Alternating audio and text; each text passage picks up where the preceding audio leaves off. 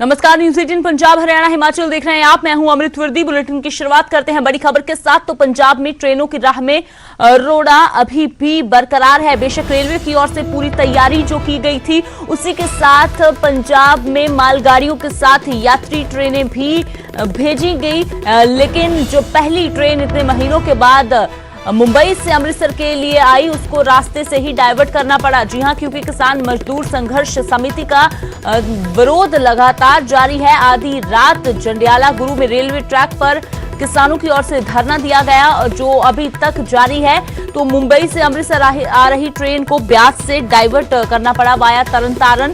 तो किसानों की कोशिश जो है कि हम यात्री ट्रेनों को आगे नहीं जाने देंगे, तो वही प्रशासन के लिए ये बड़ी चिंता चुनौती बना हुआ है कि किसानों को आखिरकार रेलवे ट्रैक से कैसे उठाया जाए। हालांकि देर रात डीसी भी पहुंचे, उनके साथ पुलिस के आला अधिकारी, जिन्होंने किसानों के साथ बातचीत की, उन्हें मनाने की कोशिश की, लेकिन किसान टस से मस नहीं हुए। किसानों ने साफ तौर पर कहा कि हम यात्री ट्रेनों को रास्ता नहीं देंगे, लेकिन मालगाड़ियों के लिए हमारे रास्ते खुले हैं। तो ये तस्वीरें आप देख रहे हैं, ये देर रात की तस्वीरें जब किसान धरना लगाकर बैठ गए जंडियाला रेलवे ट्रैक पर।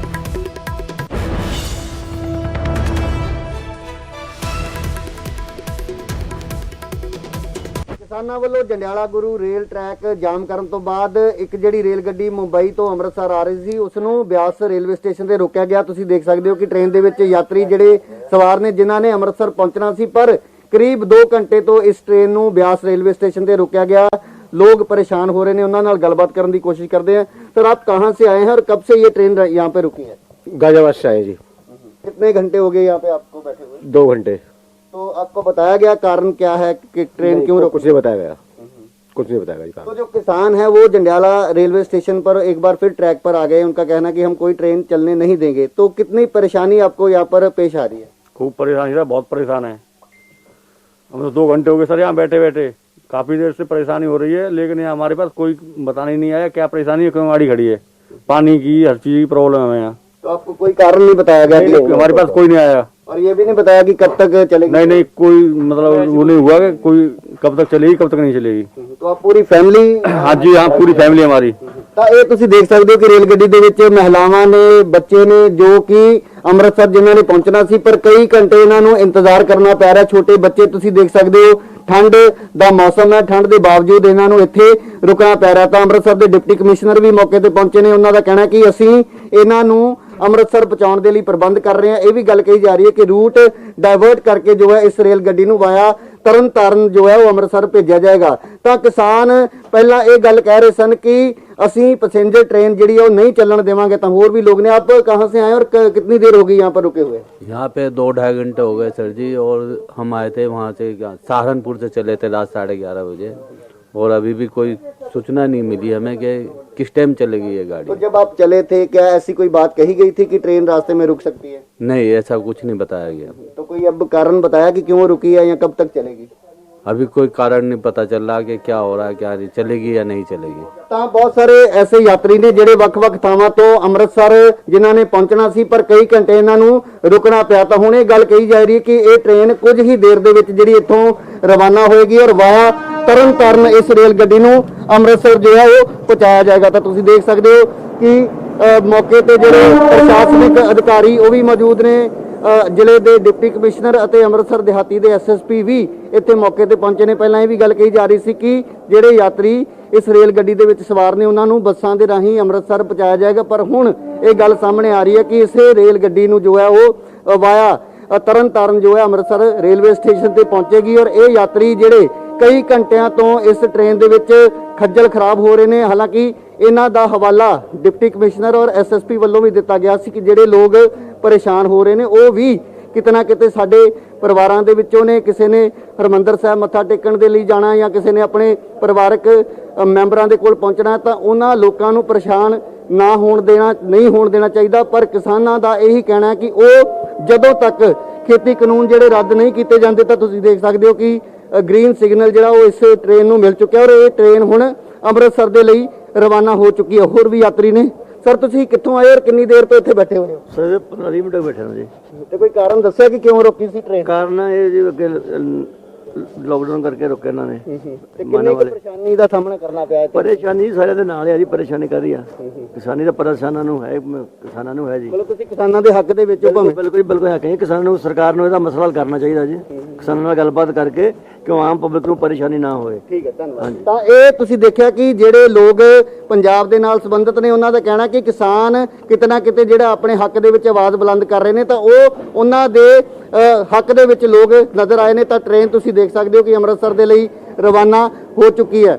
ਤਾਂ ਇਹ ਗੋਲਡਨ ਟੈਂਪਲ ਮੇਲ ਜਿਹੜੀ ਟ੍ਰੇਨ ਮੁੰਬਈ ਤੋਂ ਅੰਮ੍ਰਿਤਸਰ ਪਹੁੰਚਣੀ ਸੀ, ਉਸ ਨੂੰ ਕਈ ਘੰਟੇ ਬਿਆਸ ਦੇ ਵਿੱਚ ਇਸ ਕਰਕੇ ਰੋਕਿਆ ਗਿਆ ਕਿਉਂਕਿ ਅੰਮ੍ਰਿਤਸਰ ਨੂੰ ਜਾਣ ਵਾਲਾ ਜਿਹੜਾ ਰੇਲ ਟਰੈਕ ਹੈ ਜੰਡਿਆਲਾ ਗੁਰੂ ਰੇਲਵੇ ਸਟੇਸ਼ਨ ਤੇ ਕਿਸਾਨ ਜਿਹੜੇ ਨੇ ਇੱਕ ਵਾਰ ਫਿਰ ਰੇਲ ਟਰੈਕ ਦੇ ਉੱਪਰ ਬੈਠ ਚੁੱਕੇ ਨੇ। ਔਰ ਕਿਸਾਨਾਂ ਦਾ ਪਹਿਲੇ ਦਿਨ ਤੋਂ ਹੀ ਇਹ ਕਹਿਣਾ ਸੀ ਕਿ ਉਹ ਸਿਰਫ ਤੇ ਸਿਰਫ ਮਾਲ ਗੱਡੀਆਂ ਦੇ ਲਈ ਰੇਲ ਟਰੈਕ ਖਾਲੀ ਕਰਨਗੇ, ਪਰ ਕੋਈ ਵੀ ਪੈਸੇਂਜਰ ਰੇਲ ਗੱਡੀ ਜਿਹੜੀ ਉਹ ਨਹੀਂ ਚੱਲਣ ਦਿੱਤੀ ਜਾਏਗੀ। ਤਾਂ ਇਸ ਦੇ ਨਾਲ ਹੀ ਬਾਕੀ ਜਿਹੜੀਆਂ 30 ਕਿਸਾਨ ਜਥੇਬੰਦੀਆਂ ਨੇ ਉਹਨਾਂ ਵੱਲੋਂ ਪੰਜਾਬ ਭਰ ਦੇ ਰੇਲ ਟਰੈਕ ਖਾਲੀ ਕਰ ਦਿੱਤੇ ਗਏ ਨੇ। ਪਰ ਹੁਣ ਸਭ ਤੋਂ ਵੱਡਾ ਸਵਾਲ ਇਹ ਹੈ ਕਿ ਅੰਮ੍ਰਿਤਸਰ ਦਿੱਲੀ ਰੇਲ ਟਰੈਕ ਜੋ ਹੈ ਜਿਹੜਾ ਕਿ ਜਲੰਧਰ ਤੋਂ ਬਾਅਦ ਅੰਮ੍ਰਿਤਸਰ ਵਾਲੇ ਪਾਸੇ ਨੂੰ ਜਾਂਦਾ, ਤਾਂ ਉੱਥੇ ਕਿਸਾਨ ਡਟੇ ਹੋਏ ਨੇ। ਤਾਂ ਹੁਣ ਇਹ ਦੇਖਣਾ ਹੋਏਗਾ ਕਿ ਆਖਿਰਕਾਰ ਇਹ ਜਿਹੜਾ ਰੇਲ ਰੋਕੋ ਅੰਦੋਲਨ ਕਿਸਾਨਾਂ ਦਾ ਕਦੋਂ ਤੱਕ ਚੱਲਦਾ ਹੈ ਔਰ ਰੇਲ ਆਵਾਜਾਈ ਜਿਹੜੀ ਰੇਲਵੇ ਵਿਭਾਗ ਤੇ ਪੰਜਾਬ ਤੇ ਕੇਂਦਰ ਸਰਕਾਰ ਵੱਲੋਂ ਜਿਹੜਾ ਦਾਅਵਾ ਕੀਤਾ ਜਾ ਰਿਹਾ ਸੀ ਕਿ ਅੰਮ੍ਰਿਤਸਰ ਦਿੱਲੀ ਰੇਲਵੇ ਟਰੈਕ ਦੇ ਉੱਪਰ ਵੀ ਟ੍ਰੇਨਾਂ ਜਿਹੜੀਆਂ ਨੇ ਬਾਕੀ ਰੇਲ ਟਰੈਕਾਂ ਵਾਂਗੂ ਦੌੜਨਗੀਆਂ, ਪਰ ਫਿਲਹਾਲ ਅਜਿਹੀ ਕੋਈ ਤਸਵੀਰ ਨਜ਼ਰ ਨਹੀਂ ਆਈ। ਤਾਂ 3 ਵਜੇ ਤੋਂ ਲਗਾਤਾਰ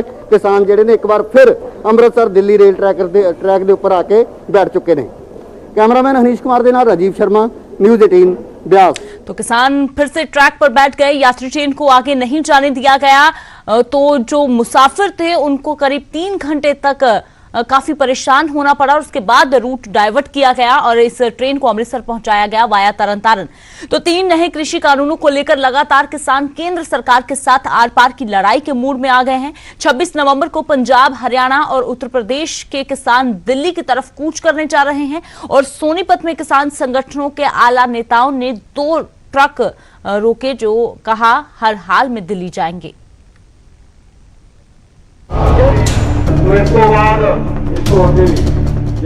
केंद्र सरकार के 3 नए कृषि कानूनों का किसान जमकर विरोध कर रहे हैं। कई किसान संगठन पिछले काफी समय से सरकार के खिलाफ रणनीति बना रहे हैं और किसानों के आंदोलन को आगे बढ़ा रहे हैं। धरने प्रदर्शन के बाद अब किसान संगठन दिल्ली कूच की तैयारी कर रहे हैं। 26 नवंबर को पंजाब, हरियाणा और उत्तर प्रदेश समेत पूरे देश का किसान दिल्ली में प्रदर्शन करने के लिए इकट्ठा हो रहा है। इसी सिलसिले में सोमवार को सोनीपत के रेस्ट हाउस में किसान संगठनों के आला नेताओं ने एक प्रेस कॉन्फ्रेंस की और कहा कि 26 नवंबर को दिल्ली कूच की सभी तैयारियां पूरी कर ली गई है और वो 1 महीने का राशन लेकर दिल्ली के लिए निकलेंगे। ये एक साझा प्रोग्राम है और देश के हर नागरिक का ये प्रोग्राम है, क्योंकि भारतीय जनता पार्टी ये कहती है कि आय दोगुनी करेंगे, लेकिन इसमें आय दोगुनी करने जैसी कोई बात नहीं है। किसान को कुचला जा रहा है और आज किसान के बच्चे और हर नागरिक इतने पढ़े लिखे हैं, जो इन्होंने कानून पास किया उसकी एक एक लाइन पढ़ के और समझ के इस आंदोलन को किया गया है। और ये आंदोलन खाली एक हरियाणा में ही नहीं, खाली पंजाब में नहीं, पूरे के पूरे देश में इसकी जागरूकता आ चुकी है और आपको 26-27 तारीख को पूरे देश में देखने को ये आंदोलन मिलेगा। किसान नेता सत्यवान नरवाल, राजेश धैया और शमशेर धैया ने कहा कि हमें मुरथल और राजीव गांधी एजुकेशन सिटी में किसानों के ठहरने की व्यवस्था कर ली है और हमने दिल्ली जाने के लिए पहले से ही 1 महीने का राशन इकट्ठा कर लिया है, क्योंकि हम जाएंगे तो 26 नवंबर को, लेकिन आने का हमें पता नहीं। पूरा देश का किसान 26 तारीख को दिल्ली का घेराव करने जा रहा है और ये घेराव तब तक रहेगा जब तक हमारी बात को नहीं माना जाता। हमारा बीजेपी, कांग्रेस, सभी पार्टियों के नेताओं से भी अनुरोध है कि जो 26 तारीख को जो हमारा घेराव होगा, जो आंदोलन होगा, वो भी लीडर, चाहे एमएलए है कोई, चाहे एमपी है, चाहे कोई मंत्री है, अभी इस देश हित में उन्हें भी हमारे किसानों के आंदोलन में शामिल हो जाना चाहिए। अगर वो वास्तव में किसानों के हितैषी है तो ये पूरे के पूरे राष्ट्र हित में है और ये आंदोलन जबरदस्त चलेगा, जब तक चलेगा जब तक हमारी बात को नहीं मान लिया जाता। किसानों ने केंद्र सरकार को 2 टूक कह दिया है। सरकार चाहे कोई भी हथकंडा अपना ले, किसान अपनी मांगों को मनवाने के लिए हर हाल में दिल्ली पहुंचेंगे। अब देखना होगा कि किसान दिल्ली पहुंच पाएंगे या नहीं। क्या किसानों की मांग पर केंद्र सरकार फिर से गौर करेगी या नहीं, लेकिन इस बार किसान संगठन आर पार की लड़ाई के मूड में है और किसी भी कीमत पर पीछे हटने को तैयार नहीं है। नितिन अंतिल, न्यूज़ 18 सोनीपत। तो किसान संगठनों का विरोध लगातार जारी है। फिलहाल आने वाले दिनों में कैसी तस्वीर निकलकर सामने आती है और सरकार का क्या रवैया रहता है किसानों के प्रति, ये देखना काफी अहम। तो फिलहाल बात करते हैं हिमाचल की, जहां 4 जिलों में नाइट कर्फ्यू फिर से लगा दिया गया है। मंडी, शिमला, कांगड़ा और कुल्लू में नाइट कर्फ्यू के आदेश दे दिए गए हैं। आपको बता दें कि रात 8 बजे से सुबह 6 बजे तक कर्फ्यू रहेगा और मास्क न पहनने पर 1000 रुपए का जुर्माना लगेगा। और इसके साथ ही जो बड़ा फैसला लिया गया है, शिक्षण संस्थानों को लेकर स्कूल अब 31 दिसंबर तक बंद रहेंगे। रैलियां और जनसभाएं भी बंद कर दी गई हैं। सरकारी कार्यालयों में 50-50 का फॉर्मूला फिर से लागू होगा। जो पूरा स्टाफ पिछले दिनों में हालात ठीक होते हुए देख बुला लिया गया था, अब फिर से 50-50 का फॉर्मूला अपनाया जाएगा। और उससे पहले आपको बता दें कि जो फैसला बड़ा लिया गया है कि स्कूल 31 दिसंबर तक बंद रहेंगे और 4 जिलों में नाइट कर्फ्यू लगा दिया गया है रात 8 बजे से सुबह 6 बजे तक। और आने वाले दिनों में ये सख्ती और भी बढ़ती हुई नजर आती है अगर केस इसी तरह से बढ़ते हैं तो।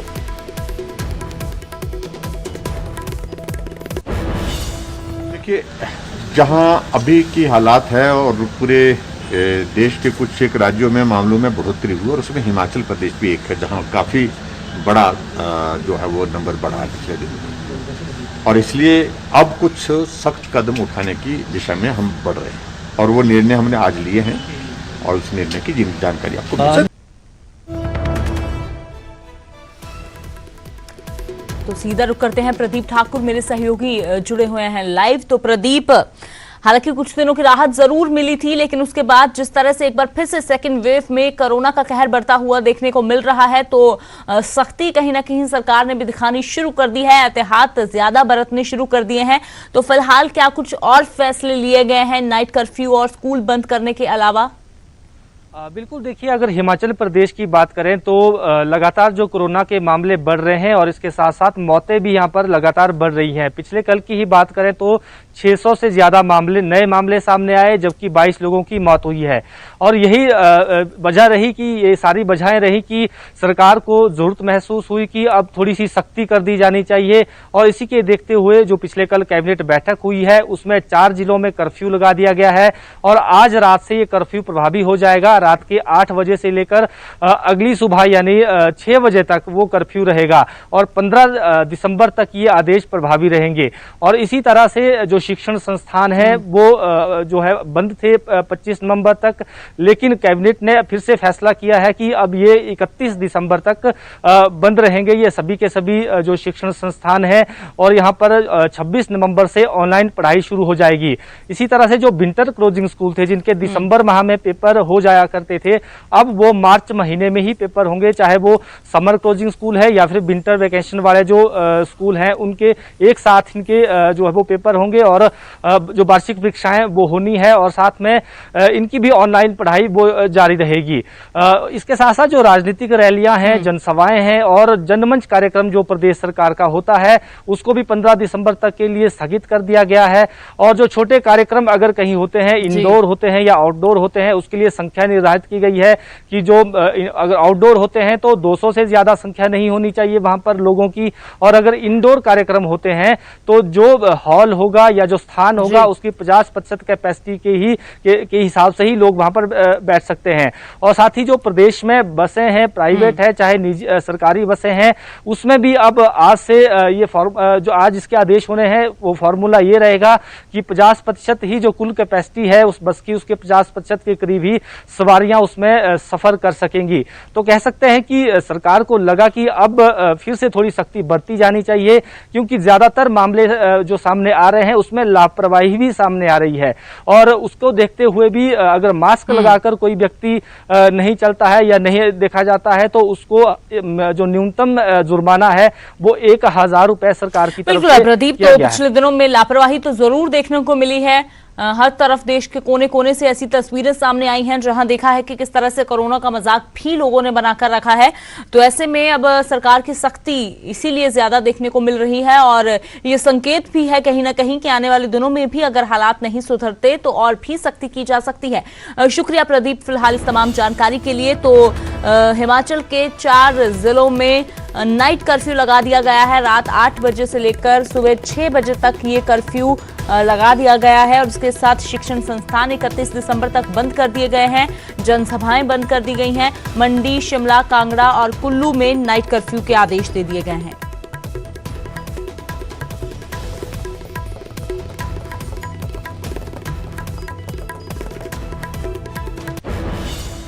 और अब बात करते हैं करनाल की, जहां एक कलयुगी पिता की शर्मनाक करतूत सामने आई है। यहां 3 बच्चों को बाइक पर बैठाकर ये पिता नहर में फेंक आया।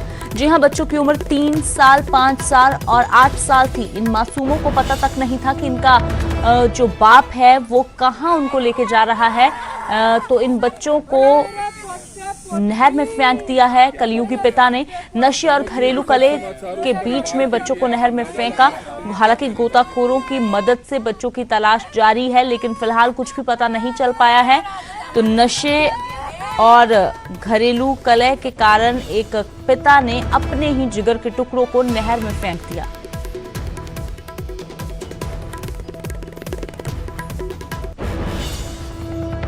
तीनों बच्चों को ले गए थे बिठा के। बच्चों को लेकर भाग गया, भेद भी नहीं दिया किसी का भी। तो खुद घर आकर बताया उसने? बताया नु कह मैं तो नहर में घेरी आया। तीनों बच्चों का कोई नशा करता था बहन जी या क्या था? नशा ही कर रहा है। उन्होंने एक बाइक जाती देखी, उस पर 3 बच्चे थे जो चिल्ला रहे थे। इन्होंने पीछा किया तो उसके बाद जाके बाइक आगे बंद होगी और इन्हें फिर उसमें कुछ गिरने की आवाज़ आई पानी में। तो उसके बाद ये इनके जो नेबर हैं नली पार से, सुशील सन ऑफ चरण सिंह है नली पार का, इन्होंने ये बताया कि वो काफ़ी दिनों से इस तरह से कहता था कि मैं फेंक दूंगा जब भी लड़ाई वड़ाई होती थी उसके घर में। तो उसके बाद आज भी वो जब पहुंचा तो उसने बात बताई है। बाकी आगे अनुसंधान जारी है, थोड़ा जांच। और अब बात करते हैं पानीपत की, जहां पूर्व पार्षद को खुदकुशी के लिए उकसाने का मामला बढ़ता जा रहा है। अब एसपी मनीषा चौधरी को उस पर गाजगिरी एफआईआर दर्ज कर दी गई। तो एसपी मनीषा चौधरी के समर्थन में आए हैं डिप्टी सीएम दुष्यंत चौटाला। दुष्यंत ने पुलिस की कार्रवाई पर सवाल उठाए हैं। कहा एसपी पर एफआईआर सही तो डीजीपी पर भी एफआईआर हो। आईपीएस अधिकारी पर मामला दर्ज करना गलत है, ये दुष्यंत चौटाला की ओर से कहा गया है। आपको बता दें कि पूर्व पार्षद की खुदकुशी मामले में कार्रवाई पर सवाल उठाए गए, क्योंकि इस मामले में एसपी समेत 5 पुलिसकर्मियों पर एफआईआर दर्ज हो चुकी है। इससे पहले इंसाफ की मांग को लेकर एक बड़ा प्रदर्शन भी देखने को मिला था। पुलिस और लोग यहां आपस में भी आमने सामने हो गए थे। पुलिस ने लाठीचार्ज भी किया था और अब जब गाजगिरी है पुलिस वालों पर, तो सामने आए हैं बचाव में डिप्टी सीएम। तो फिलहाल इस बुलेटिन में इतना ही। मुझे दें इजाजत।